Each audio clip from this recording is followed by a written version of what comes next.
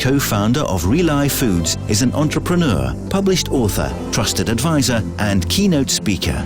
Rely Foods is a public benefit corporation making simple and convenient plant-based meats.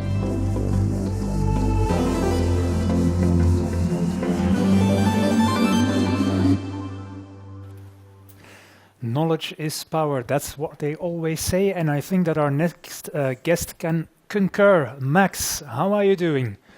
I'm doing well, thanks. It's so nice to be here. Yeah, nice to see you. And as you see, we're cleaning up as it should be in COVID times. Yeah, it's one of the things. Extra precautions, that's necessary.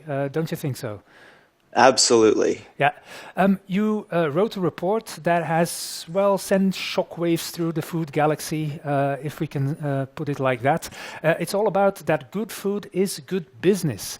Can you tell us a bit more about that? Yeah, of course. Well, first and foremost, thanks so much for having me. I'm so thrilled to be talking with you all, and it sounds like it's been a messy and really fun event so far. So Foodpairing is a terrific organization. I'm so glad to be here. And I'm here to talk with you today about a report that I led called Good Food is Good Business, which was a collaboration between the Institute for the Future, which is the world's leading futures thinking organization down in Palo Alto, California, and the Bill and Melinda Gates Foundation's nutrition program.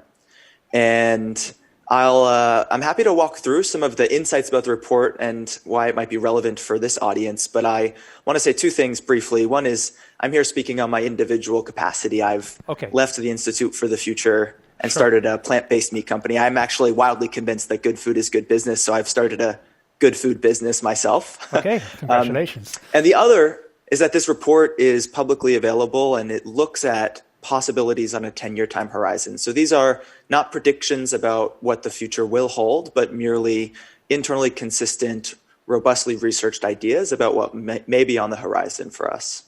Okay, well, walk us through it. Awesome. So the first thing that I wanted to mention was that we actually used some pretty sophisticated machine learning to do a landscape of the entire affordable nutrition discourse around the world. We used a natural language processor to basically consume all media that was talking about affordable nutrition because we were trying to really understand a fundamental problem with the food system today, which is that affordable foods are not always very nutritious and nutritious foods are not always very affordable. Mm-hmm. So we wanted to understand what new opportunities might lie on the horizon for the private sector to develop more affordable, accessible, appealing, and nutritious foods.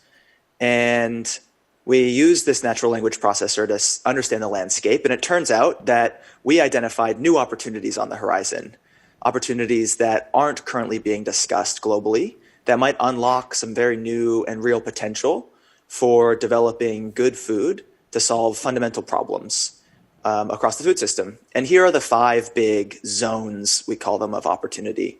I'll just maybe briefly, at a high level, go over each of them. Sure. And then we can talk about some of the ones that are really relevant here. And I had some insights for you all as well. So these are interesting opportunity zones that are quite high level. They range from AI to culture to biology to technology. And the first opportunity zone that I think many of you all are engaging with is AI collaboration. So we were really forecasting new opportunities on the horizon for how to develop new products and how to reach new kinds of consumers. So we were looking at new opportunities for ways that AI might be deployed to understand at a more deep and fundamental level consumer needs and aspirations, and also how we might use sophisticated nudging and behavior science to persuade eaters towards healthier consumption habits.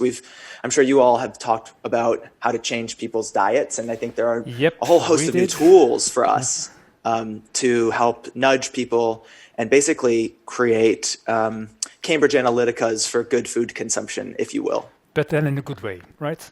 In a good way, yes. I mean, these tools are out in the wild, they're running amok, and we might as well harness them for good. Sure. That's the main idea. Okay. The second is perhaps a bit more foreign. It's a big opportunity on the horizon that looks at traditional wisdom. So how might we find these time-honored health practices and ingredients and figure out how to scale them and codify them with digital technologies? So for thousands of years, we've used human intuition about the benefits of food ingredients. Actually, probably many of the chefs today have really relied on intuition, culinary intuition, to develop delicious meals. But all of that knowledge is now being digitized and codified into systems that can be used to develop new products and to understand basically time-tested wisdom. We're seeing this right now in the sustainability space. Traditional ecological knowledge, or TEK, is a large new domain. And I think that traditional nutritional knowledge is not far off. So how can we take this seemingly intuitive sense for food ingredients or growing practices really across the global food value chain and digitize them so that we can learn and scale and really iterate rapidly? Okay. Next up. Next up, I think you guys have talked a lot about this today, actually, a big opportunity zone around microbiota management. This is looking at how we might feed not just mouths, but microbes. We also did some research on cellular agriculture, this emerging science around synthetic biology that is really, I think, the next agricultural revolution, the domestication of the cell. And finally, we looked at programmable assets. We were looking at basically how digital ledgers might be used to track food, optimize organizational functions inside food companies, enhance food safety challenges.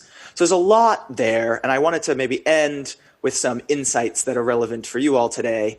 One that I think is the most important that I'm trying to talk to everyone about in the food system is moving beyond binaries. I really think this is the most important thing when you think about eating the gap. We need to think about these problems not as black or white, but as shades of gray, and really situate in spectrums. The future of farming isn't high-tech or low-tech, it's blended. The future of food identities isn't vegan or omnivore, it's a flexitarian or reducitarian.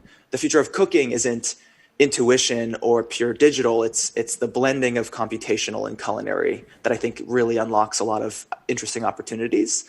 So moving beyond binaries, the last two, I think, are really relevant here for a values-centric food system. One is to just scale shared value concepts. So our food system today looks like bad food is good business. And that's absolutely not the case for the future. It can't be. So we need to think about how we can do well and do good at the same time. And then the last, which would be so relevant for you all, is to eat like your life depends on it. Our planet depends on it. We are in an existential climate crisis. We are dealing with unprecedented public health crises. And to put it pretty bluntly, I think food is making us and our planet very sick. So I suspect many of you today can eat like your life depends on it. So just like the clothes you wear, the ballots you cast, the money you spend, the food you eat has real impact, and make sure that it's having the impact that you want to see in the world. Yeah. Is that why you wrote a report and perhaps are studying it even more to see how people need to be influenced in going the right way? People need to be influenced. I think one of the biggest problems is we blame consumers a lot in today's food system. And what is really, really problematic is that this system is not biased towards optimal outcomes. It takes Herculean efforts to eat well. It takes Herculean efforts to eat sustainably. And so we really need to redesign the system, which includes scaling up companies that create good foods, because the big companies right now are prioritizing shareholders over stakeholders, and they're creating pretty much bad food with empty calories, and they're externalizing a lot of costs. So how can we create better businesses that are grounded in shared value, that are really incorporated in the public benefit to solve some of these problems so that individual eaters have easy access to affordable, accessible, and appealing foods that are nutritious for people and the planet? Yeah, I think that needs a change of mindset, not only with the public, but with the people that are providing food services, and so on. Don't you think so? It's across the entire food value chain. Across the entire food value chain, there are big opportunities for us to have impact at scale. So if this idea excites you, please go to this website and download the report for free. And please reach out to me if you're interested in the future of plant-based meats. I think we absolutely can't continue to eat the way that we are eating, and we definitely need to eat the gap. And that looks like scaling opportunities for businesses to provide those types of foods for consumers who want to make that change but don't know how. Yeah. Okay. Well, Max, thank you. It's been very enlightening. Everything about Max's report will be on the Eating the Gap website and on your own website, of course, as well, Max. Thanks for being here at Eating the Gap, and perhaps next year we're going to meet in person and you can do it all over again. I'd love that. Thanks so much for having me. Thanks, Max. See you soon.